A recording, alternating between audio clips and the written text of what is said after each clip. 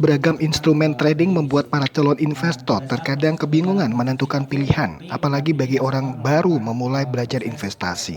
Satu di antara berbagai cara mengatasi permasalahan calon trader adalah berinvestasi menggunakan jasa pialang. Pialang atau broker merupakan individu atau perusahaan yang berperan sebagai perantara jual dan beli di pasar modal atau perdagangan berjangka. Memakai jasa pialang atau broker juga harus teliti dan cerdas. Hal pertama yang harus dipastikan adalah perusahaan atau orang tersebut bersifat legal. Dan bila ingin melakukan investasi di perdagangan berjangka, pialang bisa disebut legal bila diawasi dan terdaftar di Badan Pengawas Perdagangan Berjangka Komoditi atau BAPEPTI. Salah satu cara untuk menentukan dan membuktikan bahwa perusahaan tersebut legal dilihat dari prosedur yang berjalan di perusahaan tersebut melalui tata cara penerimaan nasabah dan mekanisme transaksi.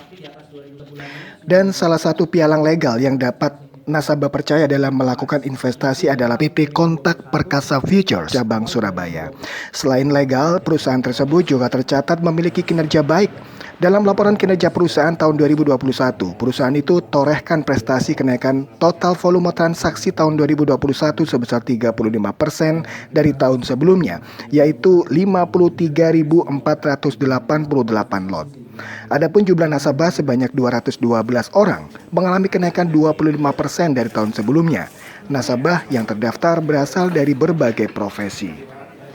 Lutfi Jundiatur Ridwan, Branch Manager PT Kontak Perkasa Futures cabang Surabaya mengatakan, membuka tahun 2022 ini, kinerja PT Kontak Perkasa Futures alami kenaikan secara signifikan.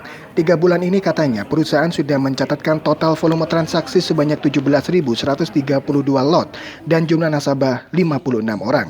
3 bulan pertama tahun 2021, perusahaannya mencatatkan volume transaksi sebanyak 13.177 lot dan jika dibanding dengan volume transaksi di tahun ini, maka tercatat kenaikan yang mencapai 30%.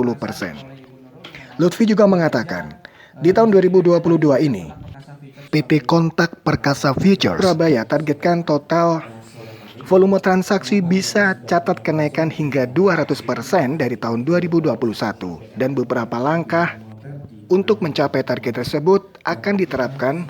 Salah satunya adalah edukasi pasar tentang perdagangan berjangka di market Surabaya. Karena SDM kita sudah terbiasa untuk men-setting trading plan supaya lebih bervariasi, nasabah jadi melihat ini sebagai sebuah peluang.